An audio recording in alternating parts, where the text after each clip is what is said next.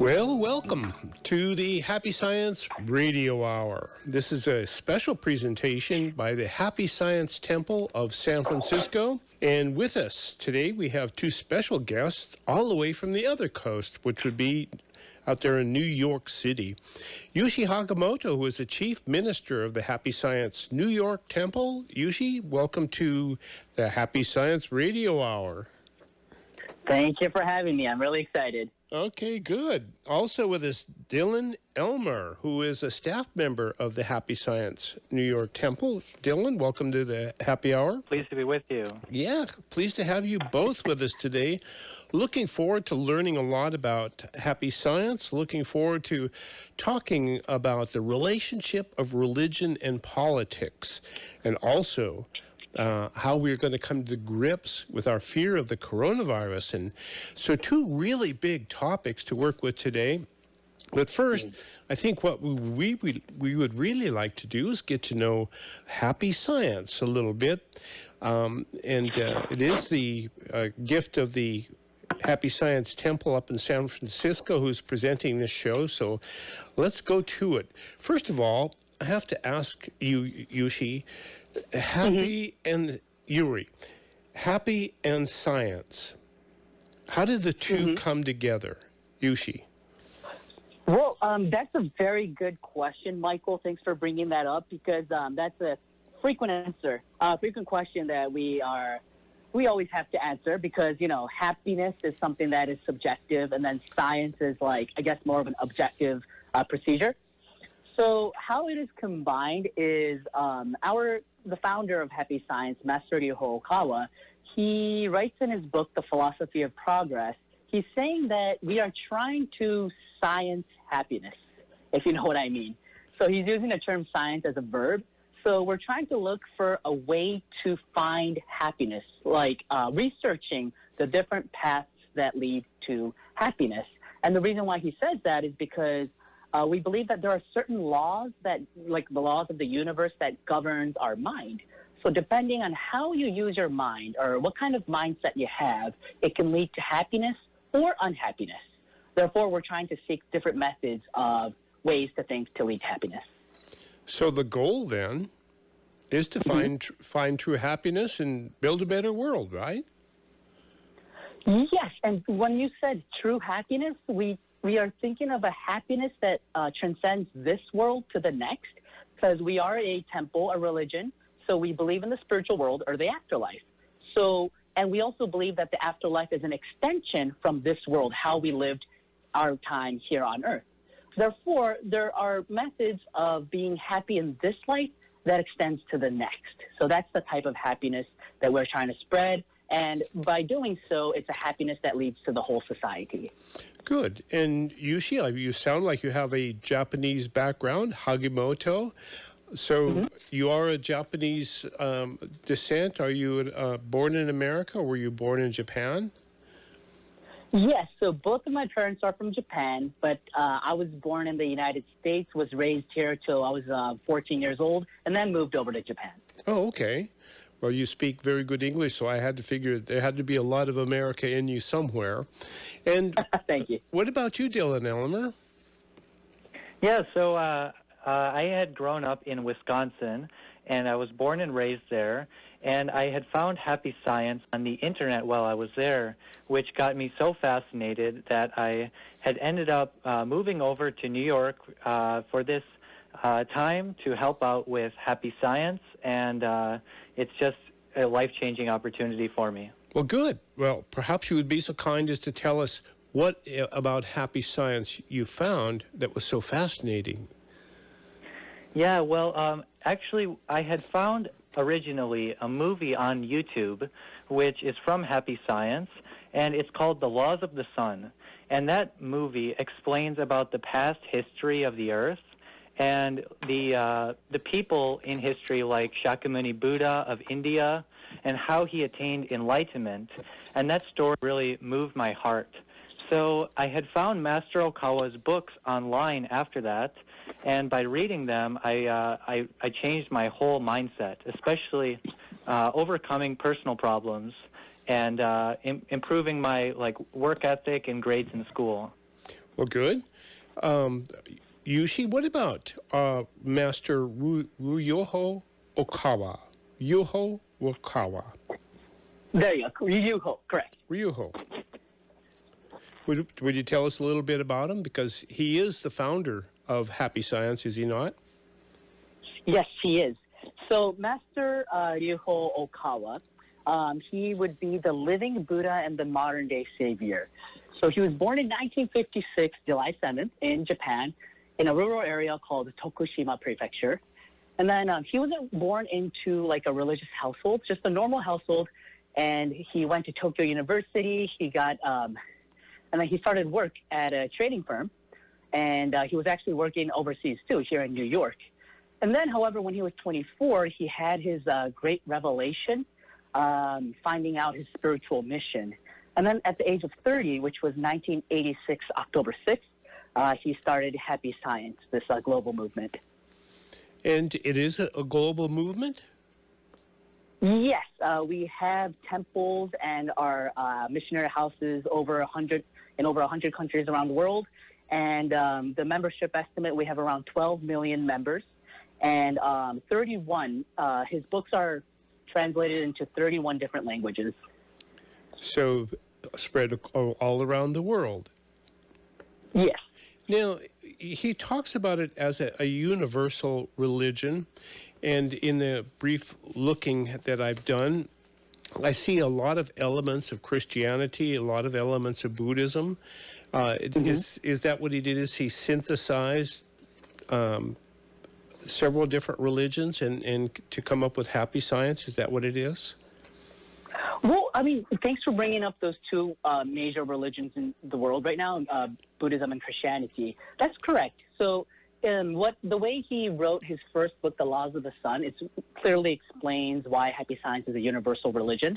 But he found out through his spiritual revelation that all religions actually come from the same source, and that it's rooted in the same God, even though there's different names of the way we call the way we call God. But essentially, it's the same spiritual entity, and therefore, a lot of his teachings are, I'd say, similar to traditional world religions such as Christianity, Buddhism, Islam, Judaism, Confucianism, and other of these world religions. Okay, so one God overall with different names. Yes, yes. Okay. And you say that Ryoko is a modern day, I guess a modern day Jesus or Buddha, correct? Yes. Okay. Yes. So he is not only the spiritual leader of this church or this faith, but he is its principal, correct? Correct, yes. Okay. Good. And then what do they call you as a group? So we just go by Happy Science members, or just simply Happy Science members is how we call ourselves. I have seen you referred to as Happies. Do you accept that one or don't want that one? Well, I guess, I mean, we are always, seeking how to be happy. So I guess it's like a slang that you can call us Happies. But it's not an official term, what we call ourselves. Okay, good.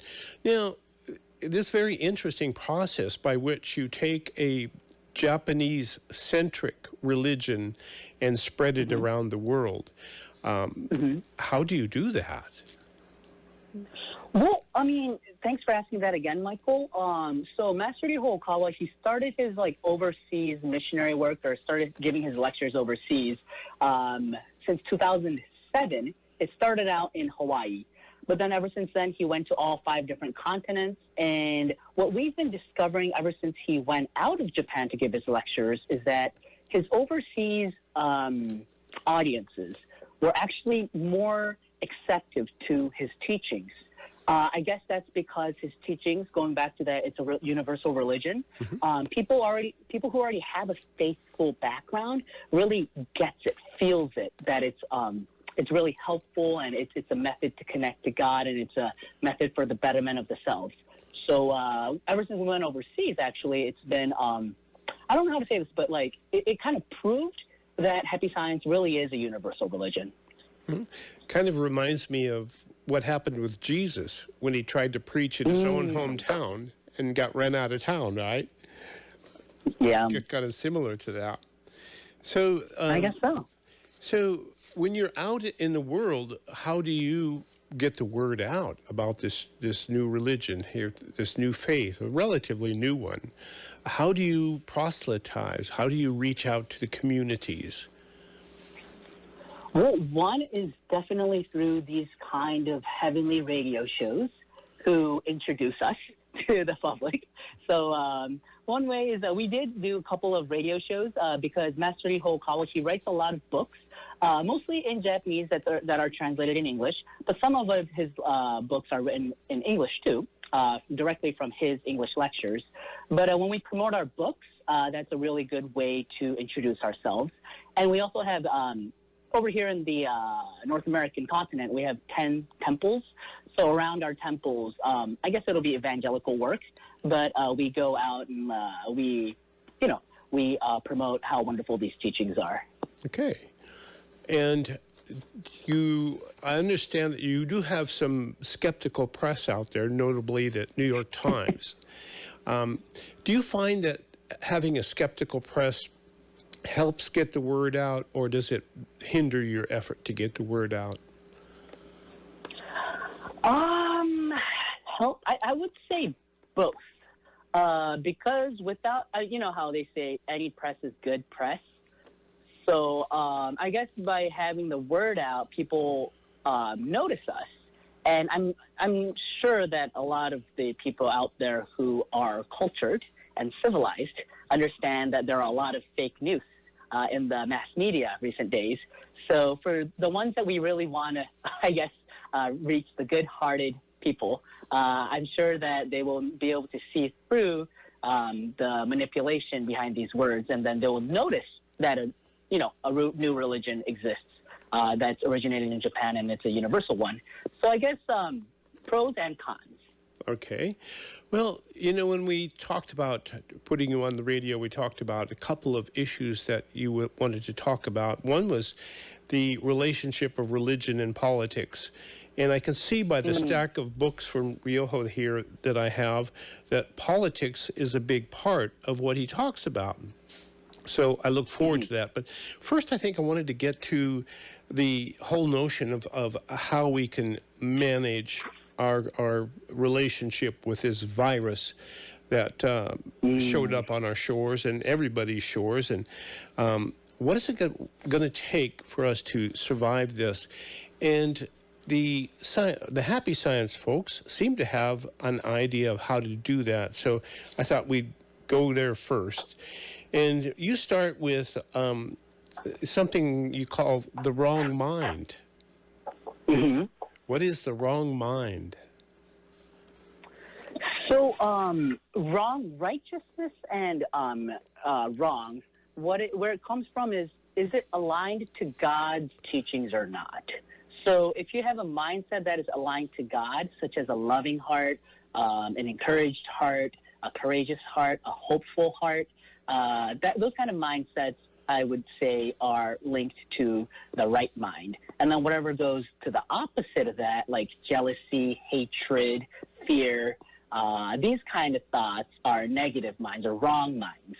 So, that's what we mean by let's explore the right mind in general terms. Mm-hmm. But specifically, we have something called the Fourfold Path, but it's called love, wisdom, self-reflection, and progress. And by following these 4 principles, it's like a discipline of your mind to always be attuned with the heavenly powers. So it's kind of like spiritual armor. Yes, you're right.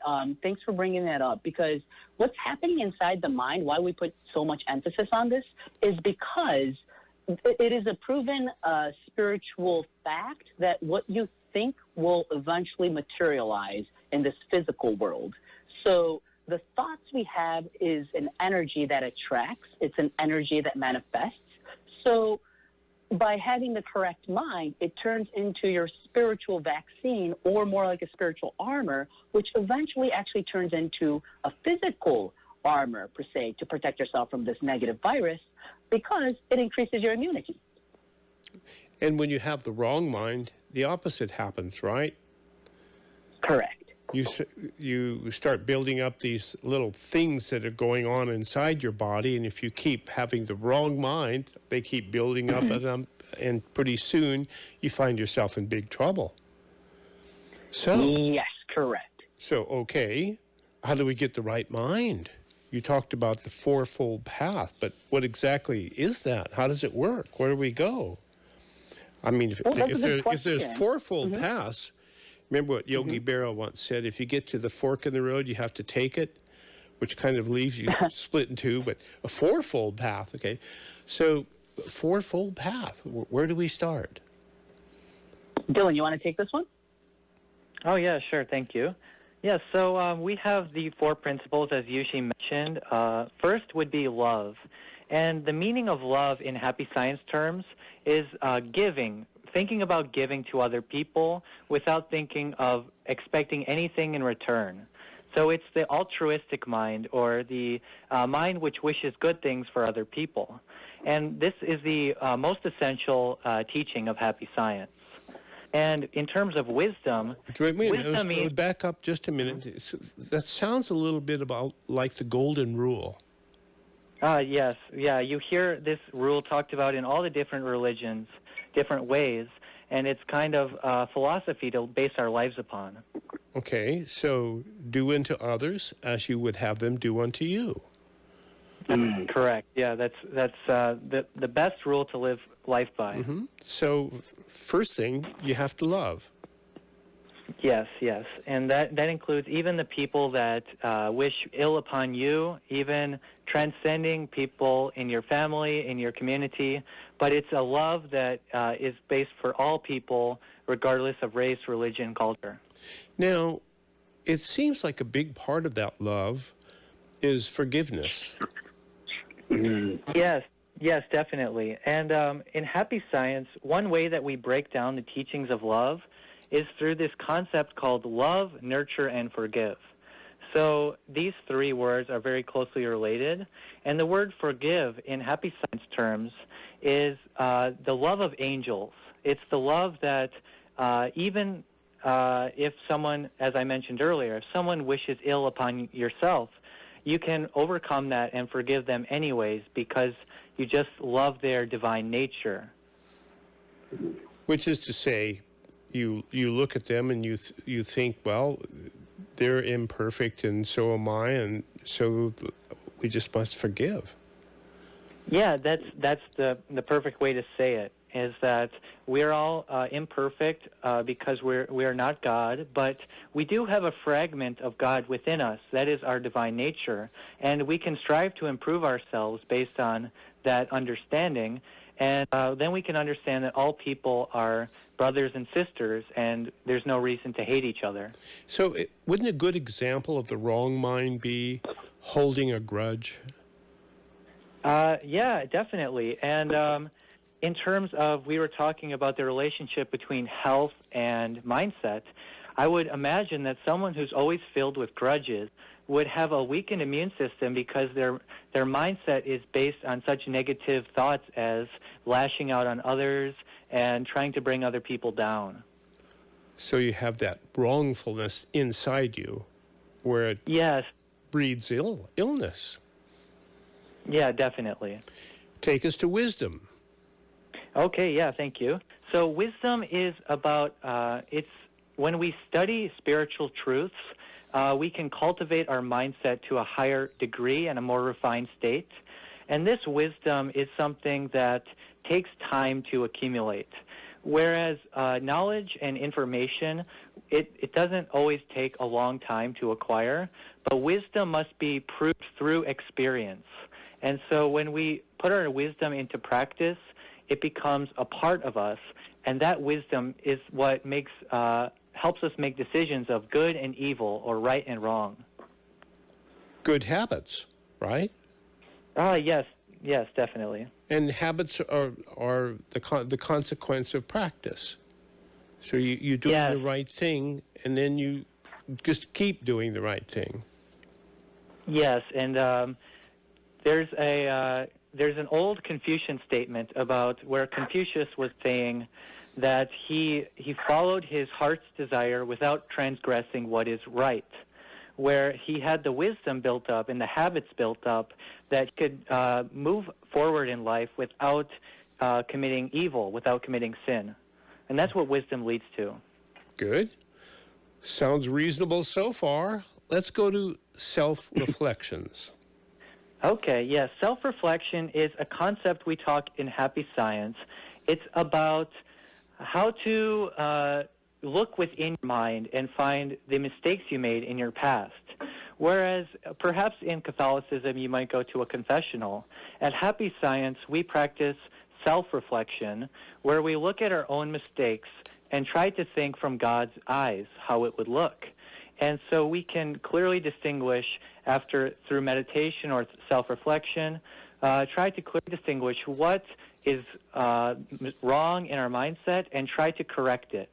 And by doing so, that mental clarity just starts to envelop us, and we overcome our guilt and these types of things.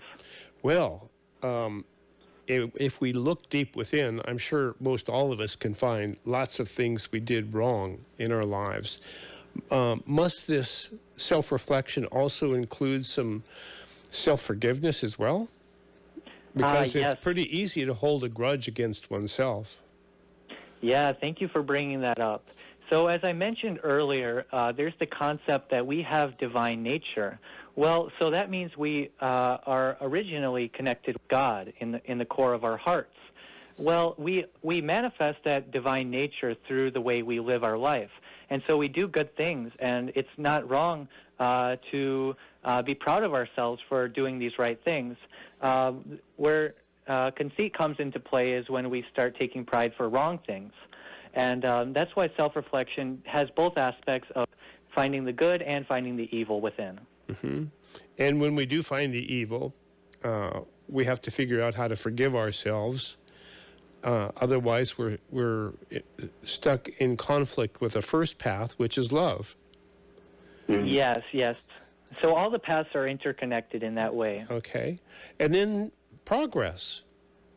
Yeah, so progress is something that might not be so familiar with older religions of the past, because the progress in Happy Science is a state of mind which we wish for the happiness of this world and the next world. We don't just wish to be happy in the afterlife, but we are striving to become happy in this life too. And what that entails is self-improvement and trying to build a better world for other people to live in, trying to make this earth into a better place. So progress includes things like wealth and justice and politics, because we're trying to make this world a better place. Well, all of this sounds perfectly reasonable to anybody of a spiritual bent. And I can't see where it really conflicts with any major religion. And it does lead us to a better world if we were all to practice this fourfold path in whatever, spiritual practice that we do. It seems perfectly reasonable to me. So we're going to take a short break to play you a very interesting commercial. Find Happy Science North America on the web. And this is the Happy Science Radio Hour, a special presentation by the Happy Science Temple of San Francisco. And with us today, we have two happy scientists from New York City, Yushi Hagimoto, who is the chief minister of Happy Science New York City Temple, and also Dylan Elmer, who's a staff member at the Happy Science New York Temple. And of course, we have you. At this stage of the radio program, we're going to get into the element of politics and religion. And I suspect just about everybody out there has a comment or two to make about that. And because that's the world we live in right now. We're extremely polarized. So whenever somebody disagrees with us, then we're in conflict with the four paths of happy science? Or how do we take these fourfold path and still live in a world that's so divided?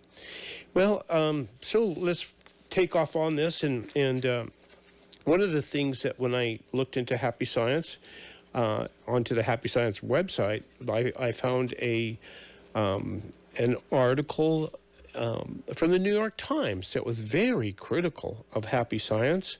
They accused you of being a doomsday cult. They accused you of being a Japanese Scientology. They accused you of selling spiritual vaccines. And so, whenever I see the New York Times taking on somebody, I have to assume they must be on the conservative side of the political spectrum. Am I wrong? You are oh, no, you're not wrong at all. We are definitely on the conservative side. Okay.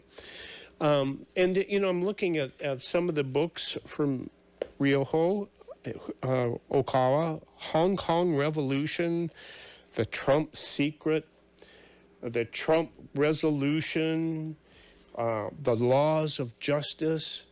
So all these seem to be very politically themed books.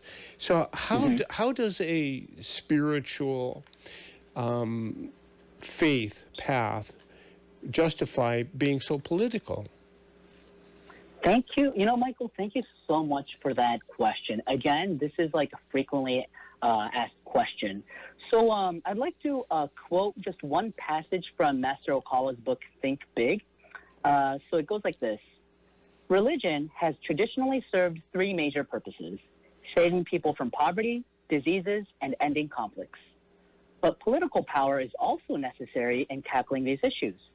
Part of the purpose of politicians, judges, lawyers, prosecutors, and lawmakers is to decrease poverty, help the sick, and end conflicts. Therefore, religion and politics cannot be completely separated from each other. Each approaches these issues from a different angle, but they share the common goal of making people happier.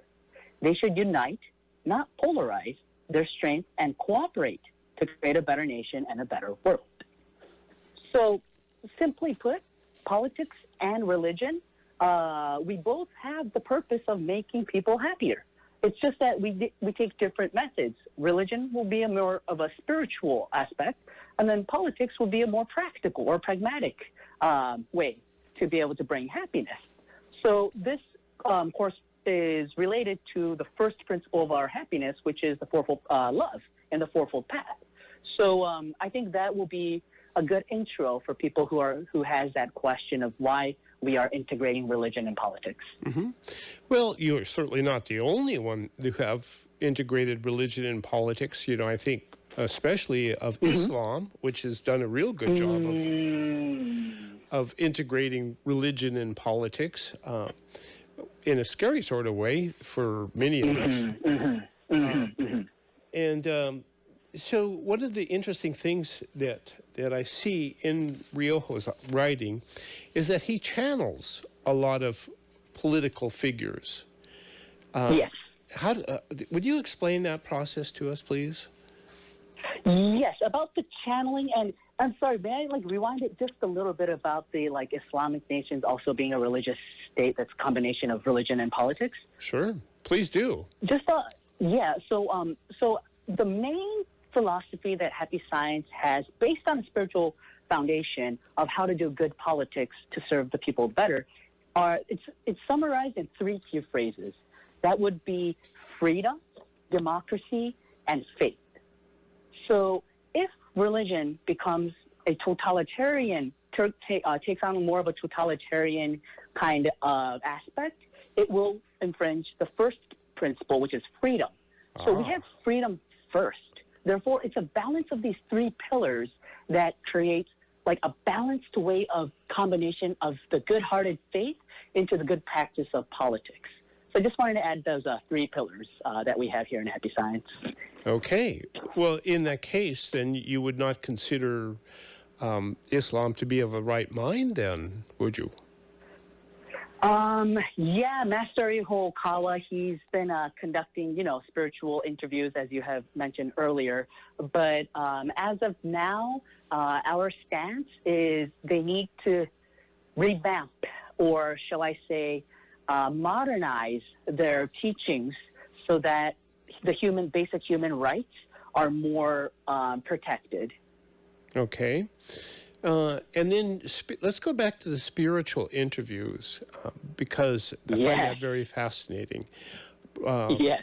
So you're the master, Ryuho Okawa, suggests that he can channel or interview characters both dead and alive, correct? Very correct. And the way he does it is what makes Happy Science very transparent, which is totally different from the way the New York Times wrote about us.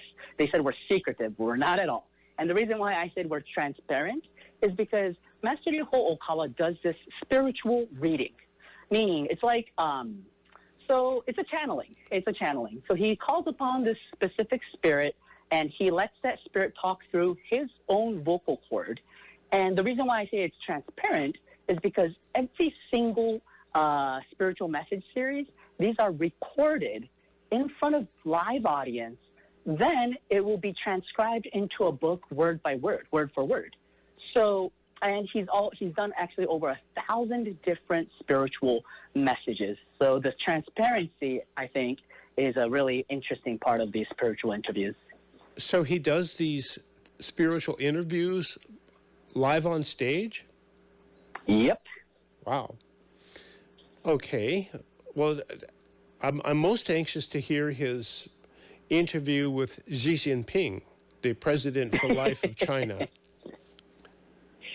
Yes, thank you for bringing that up. So, so for the listeners who may be confused of doing a spiritual channeling of a living person, what that means is in Happy Science, we're taught that every single human being has a guardian spirit, or like a guardian angel.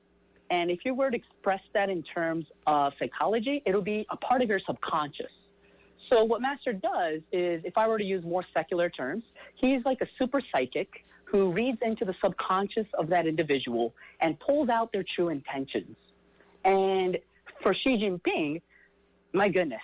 So Master Ryuho Okawa, he did the first spiritual message of the guardian spirit of Xi Jinping. I think it was in 2011 or 12, before he became the chairman.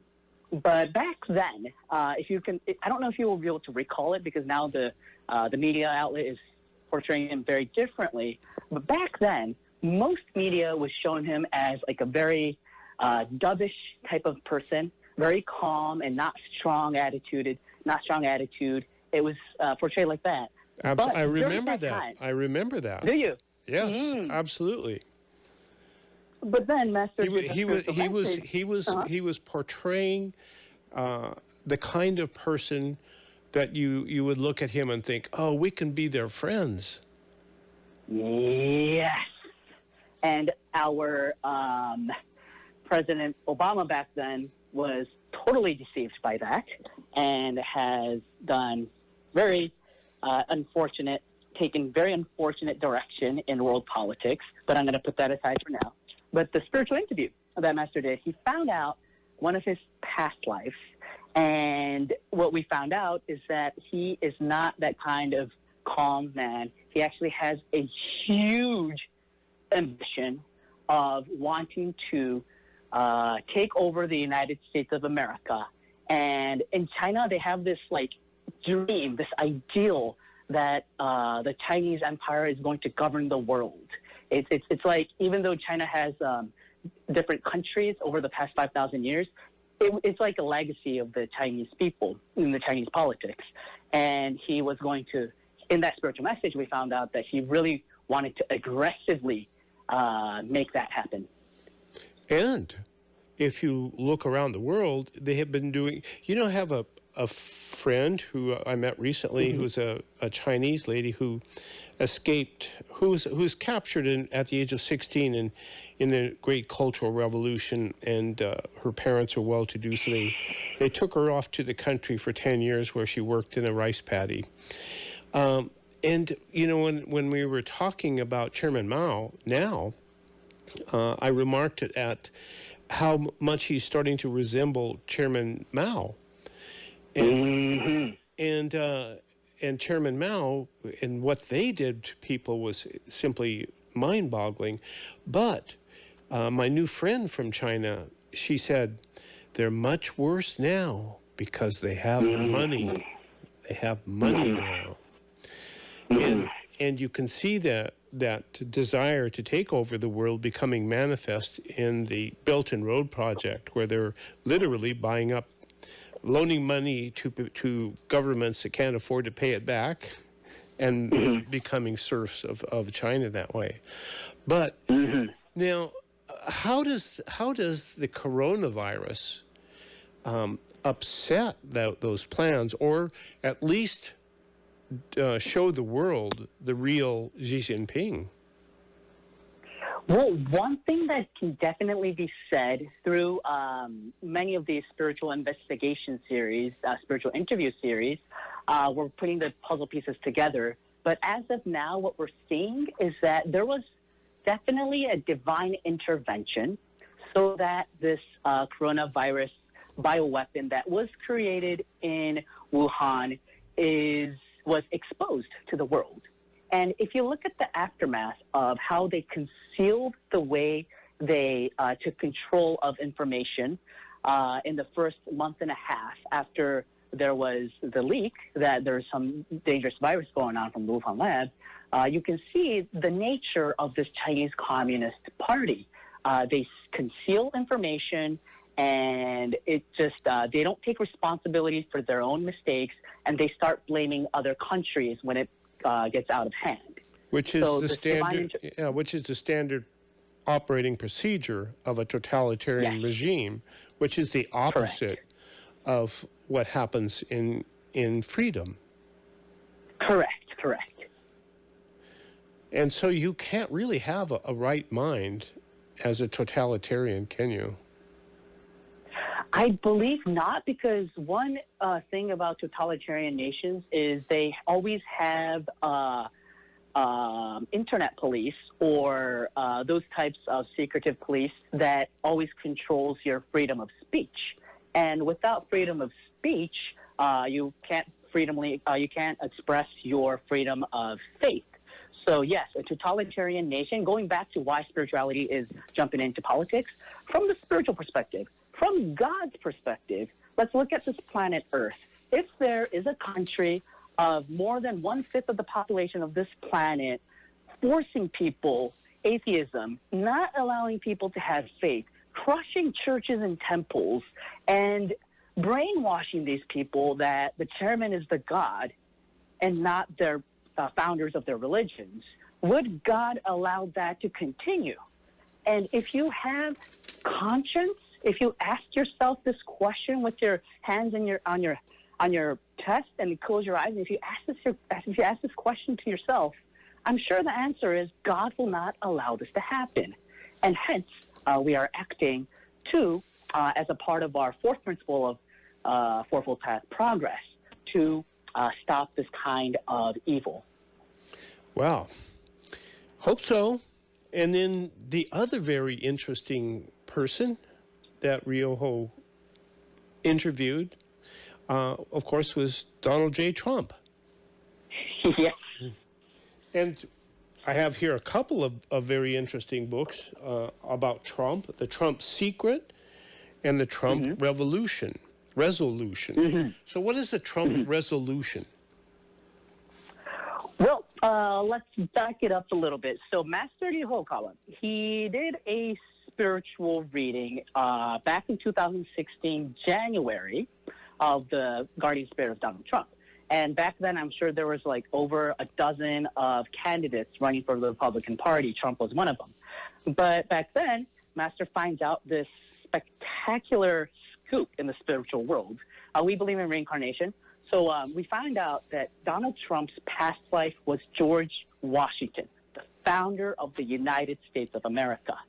And if there was a person, if George Washington was reborn and running in this 2016 elections, Master made the prediction that President Trump will be the next president. And he has become the president. So the prophecy came true. But So yeah, he made this prophecy in January of 2016. correct, So 11 months before the election. correct. And Donald Trump was kind of a silly character back then. I mean, Yes, that's right. if you think about it, people looked at him and thought, "Oh, you got to be kidding!" And yet here he is. That's right. So what Ryoho saw, way down deep, was a George Washington that nobody else saw. That's exactly correct. And the reason why George Washington would come and to rebuild America again is because, again, this global threat of this Chinese Communist Party has already been seen. And you know how you're saying about the person that you know about was saying like it's more dangerous now in China back compared to the time of Chairman Mao? Yeah. That's so true, because with money, what they do is they steal intellectual property. And what kind of a country is it right now? There are surveillance cameras everywhere with facial recognition system connected to an AI. So we're starting to see this new type of totalitarianism that is extremely dangerous for mankind. And of course, the heavens will have foreseen this. Therefore, the chosen one, Trump, was sent to become the president of the United States in 2016. That's the scenario we found out. What would happen to happy science were it to establish a temple in Beijing? Man, Dylan, what do you think? Yeah, I think that we wouldn't even stand a chance. There was a case where we tried to show one of the movies of Master Yuhokawa in Hong Kong, but every time they showed the picture of the spirit world, the scene was blacked out because the afterlife was forbidden. And so they're operating at a full-scale disinformation campaign to block out any religious movement. So the Chinese Communist Party seems to be at war with all religions. Yes, definitely. And there's the cases where even in Christian churches, which are authorized by the government in some cases, they will put the portrait of Xi Jinping and Mao Zedong alongside Jesus Christ as gods. And the scriptures that they use in the Chinese Christian church now has to be approved by the Chinese Communist Party. Now, the only one that seems to be getting along with the Chinese Communist Party is the Catholic Church. Yes, unfortunately, we've seen that come into fruition. And we, Happy Science, are wishing that the people of China can believe in whatever religion they wish to believe in, but in terms of the choices, it's very much limited, and even amongst those choices, we see China is becoming more strong than the Vatican, so they are, the Pope is obeying their orders instead of they obeying the Pope's orders. That's the way I see it right now, is that the Pope is kneeling down to Beijing now. Which is kind of frightening, because good spirituality seems to exist in a world of political freedom. Is that a fair statement? I mean, I would. So sorry to jump in from the side. The way you stated it, I think, is very correct, because that it is said that in a foundation of a good democracy, religion flourishes. This was a statement made by, I can't get it at the top of my head right now, but a famous sociologist. And so, yes, it's compatible. Good democracy allows religion to flourish. So it would seem as though we have a major conflict going in the world right now, represented by the persons of Xi Jinping and Donald Trump. So where do we go? What can spiritual warriors do to help build a better world in this conflict? Again, in Buddhism, there's a concept called inner evil. So the evil is within. And if you look at that from the perspective of the United States of America, radical leftism has taken root, and it's in the academia, it's in the media, and this evil within, that really needs to be, from the foundation, corrected. So adding spiritual light, God's light, onto liberalism, not from just a materialistic perspective, but more from a deeper perspective, which Happy Science has a lot of books published to explain why liberalism, extreme liberalism, is actually hellish. Spiritually, it's connected to the hellish world. So that is one for the United States. And also, I believe spreading this truth to Hong Kong and Taiwan. These two places are extremely important for the Chinese people to truly find happiness. So again, all of these kind of political statements being made in Happy Science, it's not like we hate the Chinese people. It's not like, no, that's not at all the truth. Because we love them, we want to give them freedom. And we believe that this kind of peaceful revolution starts from correct philosophy that comes from God. And we believe that Happy Science is an answer. Well, I always make a distinction between the Chinese people, whom I love, and the Chinese Communist Party, who I don't love. I guess I have a wrong mind when it comes to the Chinese Communist Party. But you made an interesting observation with respect to liberalism, extreme liberalism. There's not much distance between extreme liberalism and totalitarianism, is there? I agree. If you go to the extreme right, it always ends up the same as the extreme left. History has proved that. Yeah. Well, yeah. So where do we go from here? I'm going to ask both of you. Where do we go to, start taking the right path in whatever faith we take? Where do we start? Just a flash, Dylan, I'm going to take this first. The flash of inspiration that came into me now is whether what you believe in, if you're a Christian, if you're a Muslim, if you're a Buddhist, whatever religion you're from, please take a look at Happy Science book as a textbook. And especially the book, The Laws of the Sun, The Golden Laws, and The Laws of Eternity, or the 9 Dimensions. These three are like the trilogy of the Happy Science teachings. And where do we find them? Where do we find them? Oh, yeah. It's you can go to okawabooks.com. That's OKAWABOOKS.com. But these 3 books, I think you'll be able to gain this balanced perspective of why extreme materialistic liberalism is incorrect, and it's in a modern way. So I think it's kind of hard. I don't have an answer yet, but right now what's coming to me is correct education of God's knowledge, I think, will help serve humanity choosing more of the right directions. Well, good. Dylan, what on earth was it what was the bait that you went for with Happy Science? What led you? What was the apple that fell out of the tree onto your head and you thought, oh? Yeah, well, it's a good question. And it was, for me, as I said before, I found a movie called The Laws of the Sun, which is one of Happy Science's most essential movies.